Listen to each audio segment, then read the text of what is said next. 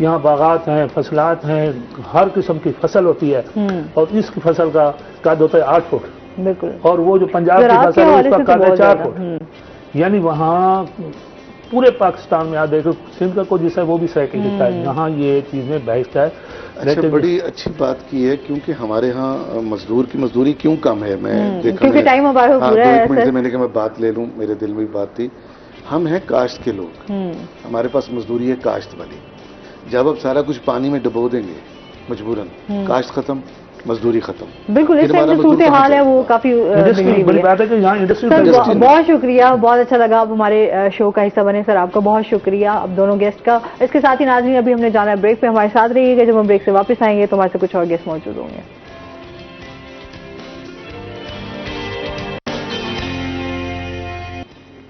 Welcome back ناظرین، روہی ہے 10 میں آپ کو خوش آمدید کہتے ہیں. اور بریک کے بعد ہمارے ساتھ گیسٹ موجود ہیں. جو آج ہمارے ساتھ شخصیت موجود ہیں وہ ہیں جی پاکستان کی نامور شخصیت، پاکستان میں ایک بڑا نام رکھنے والے مفتی عبدالقوی صاحب آج ہمارے ساتھ موجود ہیں. السلام علیکم. بہت شکریہ. کیسے ہیں آپ؟ ٹھیک ٹھاک ہیں؟ ویلکم کرتے ہیں اپنے شو میں آپ کو. برسات کا جو موسم ہے نا، خاص طور پہ ہمارا جو بلوچستان کا اور سرائکی خطہ ہے، تو میں تو اسی میں آغاز کروں گا کہ اللہ تبارک و تعالیٰ ان کے لیے اس کو باران رحمت بنائے. یقین فرمائیں کہ ابھی تک الیکٹرانک میڈیا کے اندر بھی اس طرح کی خبریں نہیں آئیں جو حقائق پر مشتمل ہوں. بہت زیادہ نقصان ہو رہا ہے، بہت زیادہ نقصان ہو چکا ہے، اور پھر محکمہ موسمیات والے آئندہ کے لیے بھی کوئی اچھی خبر نہیں سنا رہے. تو بہرحال آج کا پروگرام کا آغاز اس دعا سے کرتے ہیں کہ اللہ ہمارے خطے، خاص طور پہ ہمارے جو وسیب کا علاقہ ہے، اس میں اللہ باران رحمت کو رحمت بنائے. بالکل آمین. اچھا جی، اور اس کے ساتھ ہی جو ہمارے دوسرے گیسٹ ہیں وہ ہیں جی قمر عباس ہاشمی صاحب. آج ہمارے ساتھ موجود ہیں، جو کہ سوشل ایکٹیوسٹ بھی ہیں، شاعر بھی ہیں، اور ریڈیو پاکستان کے ساتھ بھی منسلک رہ چکے ہیں. السلام علیکم. کیسے ہیں آپ؟ ٹھیک ٹھاک ہیں؟ ویلکم کرتے ہیں اپنے شو میں آپ کو. اچھا جی، کیا حال چال ہے مفتی صاحب؟ ٹھیک ٹھاک ہیں؟ دیکھیے جی، صورتحال یہ ہے کہ میں یہ سمجھتا ہوں اللہ کا قرآن بھی یہی کہتا ہے کہ ہر لمحے کے اندر آپ کی زندگی میں بھی تبدیلی آتی ہے، آپ کے وسیب میں بھی تبدیلی آتی ہے، آپ کے حالات میں بھی تبدیلی آتی ہے، اور کائنات کا پورا نظام کل یوم ہو فی شان، ہر دن کی ایک اپنی شان ہے. تو آج کل چونکہ میں ذرا زیادہ تر ٹائم دے رہا ہوں کچھ علمی مضامین کے حوالے سے، تو اسی دوران کچھ میرا سفر ہوا باہر کا، تو میں نے یہ محسوس کیا کہ آپ کے چینل کی برکت سے، کیونکہ میں جب شہروں میں گیا، خاص طور پہ خلیج کے شہروں میں، تو یقیناً مجھے انہوں نے بڑی مبارک سے یہ بات کہی کہ آپ کا جو چینل ہے اس کو بڑی کثرت کے ساتھ، میں اگر یوں کہوں نا کہ انہوں نے یہ کہا ہے کہ جی 70% ہم اس چینل کو دیکھتے ہیں روہی کو، اور 30% میں باقی تمام چینلز. کیوں کہ یہ خطہ ایسا ہے کہ جس کے اندر الحمدللہ ہمارا سرائکی اور ہمارے بلوچی لوگ اتنی کثرت کے ساتھ وہاں رہتے ہیں. پھر آپ لوگوں کے پروگرام بھی ماشاءاللہ اس معیار کے ہوتے ہیں کہ ان کو دیکھا جائے، سنا جائے. تو ایک تو میں نے آپ کو مبارک دینی تھی کہ تازہ جو میں سفر کر کے آیا ہوں، تو کیا تو 10 دن کے لیے تھا، تو لیکن الحمدللہ وہاں کے دوست، احباب اور سرائکی علاقے کے لوگ، پھر بلوچی حضرات، پھر خاص طور پہ ہمارے جناب جو سندھ کے لوگ ہیں، انہوں نے جس طرح محبت کا اظہار کیا. تو 24 دن میں رہا، اور الحمدللہ میں نے دیکھا، میں جس پر اللہ کا شکر ادا کرتا ہوں کہ لوگوں نے مجھ سے بڑی عقیدت کا اظہار کیا، محبت کا اظہار کیا. اور یعنی وہ سمجھتے تھے کہ مفتی صاحب کی زندگی میں اگر 1-2 واقعات ایسے ہوئے ہیں تو اس میں مفتی صاحب جو ہے ان کے ساتھ ظلم ہوا ہے، زیادتی ہوئی ہے. آپ سمجھتے ہیں کہ آپ کے ساتھ ظلم ہوا ہے؟ ظلم اس حوالے سے ہوا ہے نا. دیکھیں نا جی، بات یہ ہے کہ میں ایک کھلے دل و دماغ کے ساتھ جا رہا ہوں. دیکھو نا، ایک آدمی جا رہا ہے اور ہزاروں کی تعداد کے اندر لوگ موجود ہیں، ان میں سے اگر ایک آدمی بھی آواز کس دے تو آپ تو سمجھیں گے نا کہ یار میرے ساتھ ظلم ہوا ہے. لیکن میں الحمدللہ اس قدر خوش نصیب ہوں کہ آج تک یہ 2-3-4 واقعات کے باوجود میرے روبرو کسی شخص نے نہ زبان سے میرے اوپر حملہ کیا ہے اور نہ کسی اور حوالے سے میں کہوں کہ اس نے مجھے کوئی نشان بنایا ہے. تو لوگوں کی بڑی عقیدت، بڑی محبت، اور پاکستان کے لیے وہ لوگ بڑا سوچ رہے ہیں کہ اللہ کرے معاشی طور پہ پاکستان جو ہے وہ مستحکم ہو، کیونکہ ملک جس طرف جا رہا ہے اللہ حفاظت فرمائے. تو اب تو جو حالات برسات کی وجہ سے بنی ہوئی ہے، تو اللہ تبارک و تعالیٰ کرم فرمائے اس علاقے کے اوپر، اس خطے کے اوپر. بہت مشکل وقت سے گزر رہے ہیں. وہاں سے حرمین شریفین سے بھی جو ٹیلی فون آتے ہیں وہ یہی آتے ہیں کہ یہاں بھی دعائیں ہو رہی ہیں. تو میں سننے والوں کو، دیکھنے والوں کو یہ خوشخبری سنا دیتا ہوں کہ آپ کے اوپر اگر آزمائش آئی ہے تو حرمین میں آپ کو یاد کیا جا رہا ہے، وہاں آپ کے لیے دعائیں کی جا رہی ہیں، اور انشاءاللہ 2-4 دن کے اندر اللہ تبارک و تعالیٰ پھر وہی بہاریں ہمارے وسیم میں لے آئیں گے، ہمارے سرائیکی خطے میں لے آئیں گے، بلوچستان میں لے آئیں گے. جس طرح کا امن، جس طرح کا سکون، جس طرح کہ اللہ رب العالمین نے پرامن، پرسکون اور معاشی حوالے سے مستحکم زندگی ہمیں پہلے عطا کی تھی، پھر اللہ عطا فرمائیں گے. بالکل جی، انشاءاللہ اللہ تعالیٰ سے ایک اچھی امید ہمیشہ انسان کو رکھنی چاہیے. اچھا قمر، کیا حال چال ہیں؟ ٹھیک ٹھاک ہیں؟ آج کل کیا ہو رہا ہے؟ جی بہت شکریہ. سب سے پہلے تو میں آپ کا شکریہ ادا کروں گا مطلب کہ آپ مجھے آج اس پروگرام میں، اور خصوصی طور پر جو آپ کی اس ادارے کے روح رواں ہیں ڈاکٹر امجد بخاری صاحب، اور مطلب سب کا شکریہ ادا کروں گا کہ مجھے آج موقع دیا کہ میں یہاں پر اپنے سامعین اور ناظرین کے سامنے بیٹھ سکوں، ان سے بات کر سکوں. تو اللہ کا شکر جی. اور سوت آہنگ کی دنیا سے تعلق ہے، جیسے آپ کو تعارف کرا چکی ہیں، تو آواز کی دنیا کے لوگ ہیں ہم الحمدللہ، اور سفر اسی طرح جاری و ساری ہے. کچھ کلم و کرتاز سے وابستگی ہے، اور ادب کے حوالے سے جو ہم سے دام در میں قدم سخن ہو سکتا ہے ہم کرتے جا رہے ہیں. اور ریڈیو یقیناً ایک بہت بڑا پرائیڈ ہے، میڈیم ہے، آپ کو پتہ ہے. اس میں بہت سے ایسے مختلف شعبہ جات، بلکہ زندگی کے تمام شعبہ جات کا تعلق اس ادارے سے وابستہ ہے. بالکل ایسے ہی ہے. تو آپ کا پھر کیسا ایکسپیرینس رہا؟ الحمدللہ جی بہت اچھا ایکسپیرینس رہا. جو ہمارے پورٹ فولیوز تھے وہاں پر، اور اس میں الحمدللہ ادب کے حوالے سے مجھے وہاں ایک اعزاز حاصل ہوا کہ میں نے کلم و کرتاز کے حوالے سے خاص کام کیا ہے. اور مدینہ الاولیاء ملتان سے وابستہ جتنی بھی نابغہ روزگار شخصیات ہیں ان کے انٹرویوز کرنا، ان کی ذاتی زندگی کے حوالے سے اپنے لسنرز کو آگاہی دینا، یہ ہمارا مطمع نظر رہا ہے. اور اس حوالے سے الحمدللہ اور ادارے سے وابستگی یہاں تک رہی کہ ایک اعزاز یہ بھی حاصل ہوا کہ میں نے ڈرامہ پروڈیوس کیا، اس میں مجھے بہترین پروڈیوسر کا ایوارڈ ملا. اور دھوپ بھرے دالان کے نام سے ڈرامہ تھا، اور رائٹر سلیم کیسر صاحب تھے، انہوں نے اسے رائٹ کیا تھا، اور الحمدللہ اس میں خاصا اچھا ہمیں فیڈ بیک ملا. تو اسی طرح مختلف کام جاری کرتے رہتے ہیں، اور دوستوں کی رہنمائی کے ساتھ ساتھ یہ سلسلہ جاری ہے. صحیح. اچھا، آپ کے والد صاحب بھی جو ہیں ان کی بھی بڑی ادبی خدمات ہیں، اور اس حوالے سے بھی آپ سے بات کریں گے کیونکہ آپ کا ظاہر سی بات ہے گھر میں اس طرح کا ماحول ہو نا ادبی، تو ظاہر سی بات ہے بچے بھی اس طرف جو ہے وہ جاتے ہیں. اور اگر آپ کا انٹرسٹ نہ ہو تب بھی کہیں نہ کہیں وہ تھوڑے اثرات جو ہیں والدین کی طرف سے وہ آپ کے اوپر رہ جاتے ہیں. ایسے ہی ہے کہ آپ کا شوق تھا یا ان کے اثرات؟ جی والد گرامی کے حوالے سے آپ نے ذکر کیا تو میں بتاتا چلوں کہ الحمدللہ میرا جو بیک گراؤنڈ ہے، جو فیملی، جو خانوادہ ہے، وہ انتہائی مذہبی، علمی اور ادبی گھرانہ تھا. پارٹیشن سے پہلے بھی ہمارے باوجداد جو تھے وہ درس و تدریس کے شعبے سے وابستہ رہے، اور پارٹیشن کے بعد جب والد گرامی جناب شمیم ہاشمی رحمۃ اللہ علیہ ملتان تشریف لائے تو انہوں نے یہاں بھی ادارہ جات کی بنیاد رکھی، تعلیمی ادارہ جات کھولے. اور اس حوالے سے ملتان سے منسلک جو لوگ تھے علمی ادبی حوالے سے انہیں سر سید ثانی کے نام سے پہچانتے تھے. یعنی اس قدر انہوں نے کنٹریبیوشن کیا، اور ان کی یہ جو خدمات ہیں نصف صدی پر محیط ہیں. انہوں نے کم و بیش 6 ادارہ جات کی بنیاد رکھی، اور ان کی پاکستانیت کا عالم یہ دیکھیے کہ انہوں نے جو ادارے بنائے ان کا نام بھی جناح اور اقبال کے نام سے رکھا، یعنی مشاہیر کے نام سے ان ادارہ جات کی بنیاد رکھی کہ یہاں سے پڑھنے والے بچے جو ہیں جناح کے سپاہی اور اقبال کے شاہین بن کر سامنے آئے. تو یہ ایک بڑا ایک اسپرٹ تھا، اور اس حوالے سے وہ شاعر بھی تھے الحمدللہ. انہوں نے ایک ملی نغمہ بھی ترتیب دیا، لکھا، اور وہ بھی اگر آپ اجازت دیں گی تو میں ضرور آپ جی ضرور کیوں نہیں، آپ سے سنیں گے بالکل.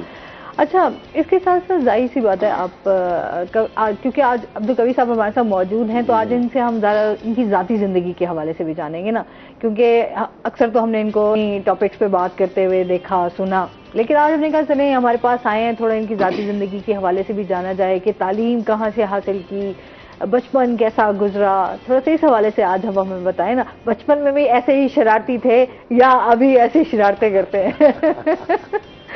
دیکھیے جی، اس گفتگو کے آغاز سے پہلے 2 باتیں میں ریڈیو پاکستان ملتان کے حوالے سے کہنا چاہتا ہوں. جی آپ یہ لوگ سن کے خوش ہوں گے، ہمیں بھی اس بات میں بڑی خوشی ہے صحیح کہ رمضان المبارک میں دلی سے لے کے اجمیر شریف تک ماشاءاللہ جو ریڈیو سنا جاتا ہے اس خوش نصیب کا نام ریڈیو پاکستان ملتان ہے. اور مجھے دلی کے مسلمانوں نے بتایا کہ ہمارا جو افطار اور ساری جو ہوتی ہے یہ عام طور پر ہمارے گھروں میں ریڈیو پاکستان ملتان ہی کے پروگراموں کو سنا جاتا ہے. اس لیے اس زمانے کے اندر میں خود ریڈیو پاکستان ملتان میں آتا تھا دینی گفتگو کے حوالے سے، تو میں نے ان کو پھر یہ کہا تھا کہ آپ یہ نہ سمجھیں کہ آپ کو صرف مدینہ الاولیاء اور اس کے مضافات میں سنا جا رہا ہے، آپ کو اجمیر شریف میں بھی سنا جا رہا ہے. اس لیے چشتیہ ذوق کے مطابق یہ گواہ ہوں گے جی بالکل کہ جناب افطار اور ساری ٹرانسمیشن میں باقی پروگراموں کے ساتھ قوالی بھی ہوتی تھی. جی تو بالکل. یہ میں نے ان کو جائے. اور دوسرا جملہ جو آپ نے فرمایا بالکل صحیح ہے کہ بات یہ ہے کہ جس ماحول میں آدمی پیدا ہوتا ہے نا، تو ہمارے عربی کا مقولہ ہے کہ ابن الفقی نصف الفقی.